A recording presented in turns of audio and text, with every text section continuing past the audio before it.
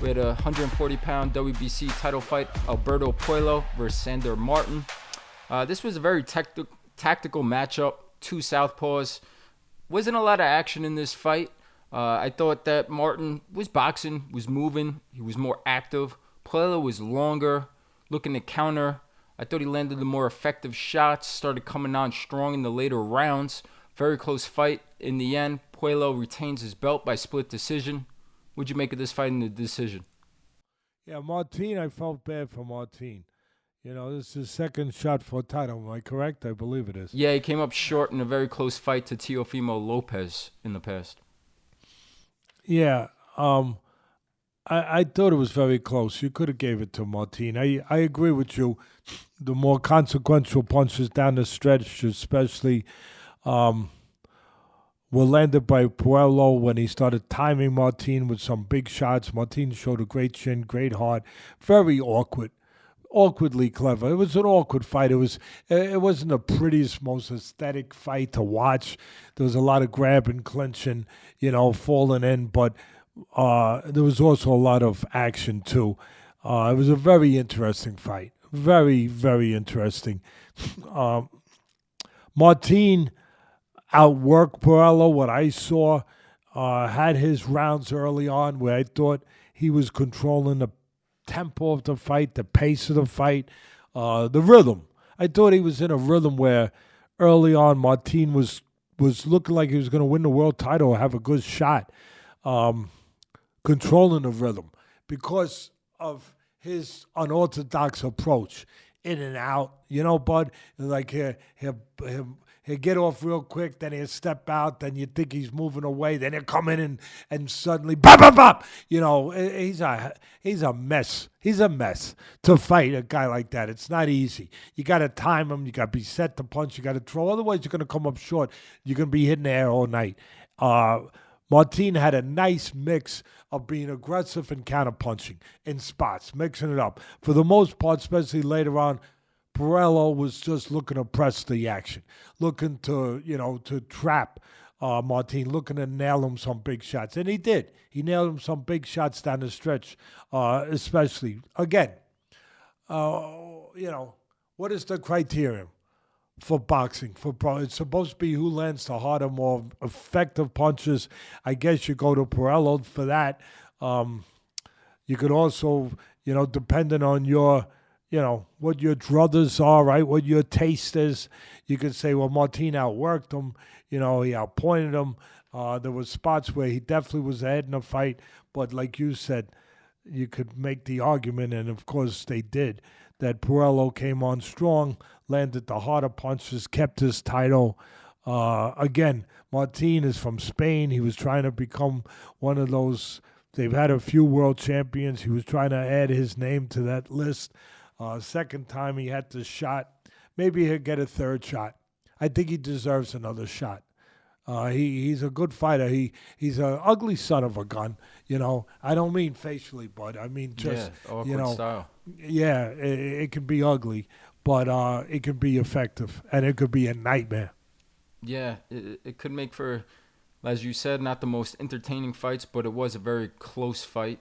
And, he was trying to become the first Spanish fighter to become world champion since, I think it's been about 3 years since Kiko did it. So we will see what's next for them. Before we move on that card, I just want to take a quick break, pause, and give a thank you to today's sponsor, Athletic Greens, the all-in-one daily drink to support better health and peak performance.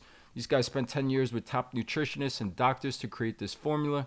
It's made from 75 whole food sourced ingredients. It has vitamins, minerals, prebiotics, probiotics, and antioxidants. This is like an insurance policy for your body's health and immunity. Athletic Greens is giving our listeners 10 travel packs for free. Simply visit athleticgreens.com/atlas to claim the special offer of 10 free travel packs. All right, so we move on from the Puello fight, and we're going to move on to Antuanne Russell fight versus Jose Valenzuela, another title fight at 140 pounds. We just talked about Puello. He beat Antuanne Russell, Antuanne Russell, in his last fight. Russell bounces back after that losing performance for the title, comes back and wins the title versus Jose Valenzuela. Valenzuela, a guy we saw versus Isaac Pitbull Cruz, looked like a completely different guy this go around against Russell. Credit to Russell, extremely impressive performance. He was sharp all night. He was boxing. He was coming forward. And he even tried to close the show and went for the knockout, although he didn't get it in the end. Wins a unanimous decision, becomes world champion to join his brother, Gary Russell Jr., who's now his trainer. What'd you think of this fight? What'd you think of Russell's performance? Yeah, listen, he reached his destiny. He comes from a fighting family. That's what I think. He fulfilled his destiny. The journey was what it was. He didn't win his first title, try. Sometimes you know, but it was his journey to get that title because he comes from a fighting family, and he got it. And he got it for his father, who's up above watching all the Russells, who are all named Gary. I mean, That's they right, took 5 brothers. yeah, they took a page. The father took a page out of the George Foreman book, and instead of George, he named them all Gary. I think he fulfilled his destiny to be a world champion. You come from that family, that is what is kind of embarked on you. That you're supposed to become a champ. He did that. He lost the first try, as you said, with Puello. He learned from that. He as I said, when you go through that same thing as Shiraz, I think he will be better if they fight a rematch with Adames, where you just become better when you win the title, and even if you lose for the title, but it's the kind of fight that takes you to another place, that makes you search yourself, where you get answers to questions you had going in, and you just didn't have those answers, that you could depend on yourself at that level. That makes the difference. You're physically the same fighter. You learn a few things here and there. Maybe I got to throw the punch in this situation a little sooner. I got to tie. I got to be a little busier. Whatever. But it's really the mental part that gets improved, where you just know what you didn't know. No matter how much you thought you knew, you hoped you knew, that you can handle this level. And by knowing that after the Puello fight, and obviously knowing you're not going to get too many more chances. So there is also the urgency. You know, it's good to have urgency, to have to get something done, you know, to feel that threat, if you will, that wolf at the door, that you better get it done because you ain't going to get another chance maybe. I think all of that was there. And I think that I love Valenzuela. I love the way he won the title against Pitbull Cruz. But I thought Russell would win this fight because he's a very complete fighter. He's technically really, all of Russells are, but he's technically real. Gary was an Olympian. He was a world champion. The other Russell, he was in his corner. He did a good job. I think that he's gifted, he's talented, he's got fast hands, he can punch good, he's got quick feet, he closes gaps fast, he puts punches together. He's a technically sound fighter. And I thought that was going to be the difference in this fight for Valenzuela, because Pitbull, tough son of a gun, we all love him. We love what he brings to the arena. You know, the excitement, the big punches, you know, the drama, all of that, the hope that there's going to be a knockout, all of that.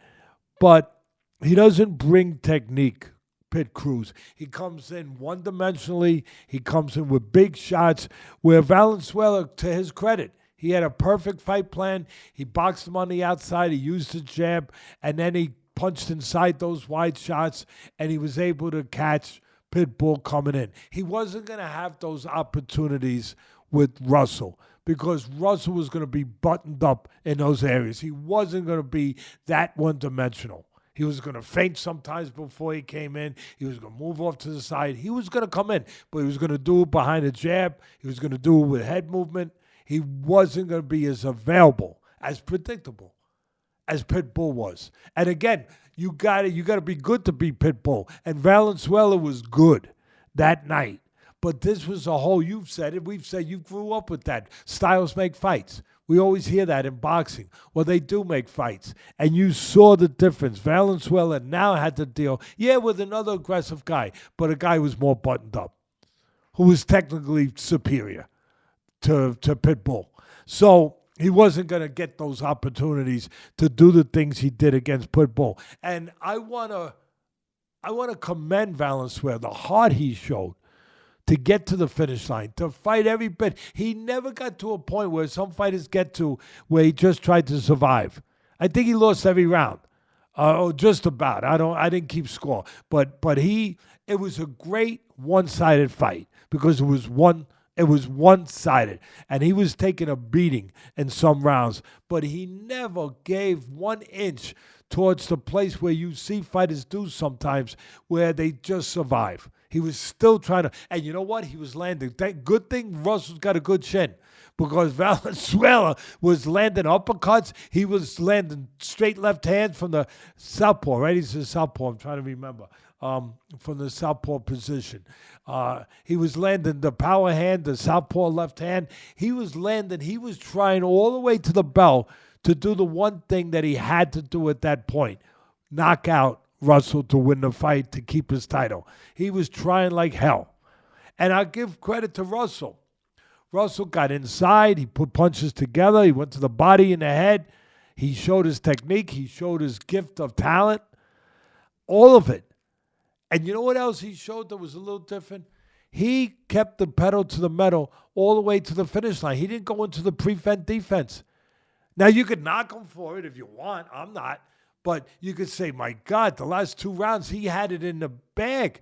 He had the fight in the bag. What is he going for the knockout for? He could get knocked out. He's given Valenzuela, which he was. He's given Valenzuela the one chance he needs to have the guy coming where I could pull this out of the fire. And he still kept coming. He could have started boxing. He did for a second. But then he said, freak this. And he went right back to say, no, I'm going to win the title on my terms. I'm gonna not just fight like a champ. I'm going to behave like a champ in my mind, my family's mind, my father's mind, who's up watching us up in heaven, who brought us all up. We're fighters. We're going to fight all the way to the last bell. I'm going to do it right. I'm going to be smart, but I'm going to go, and I ain't taking off the last 3 rounds. You know, don't I guess Oscar De La Hoya wished that he had that attitude against Trinidad, right? Is that a little bit of a point there? You know, when I thought he was ahead. I thought that Oscar was ahead in that fight. And he went for the last 3 rounds. He moved, he boxed, and he gave up those rounds, and he wound up giving up the title. Trinidad wound up getting it because of that.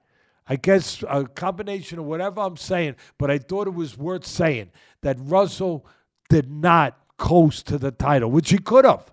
There's no way you could give that to Valenzuela in the last 2 rounds unless he knocked him out, unless he dropped him 10 times, you know. But he said no. He said, I know it's a little more risky, but this is what I do. I fight. And I'm going to fight to the last bell. I'm going to do it right. I'm going to win the freaking title. If I can't do that, I don't deserve the title. It was great to see. I appreciate that.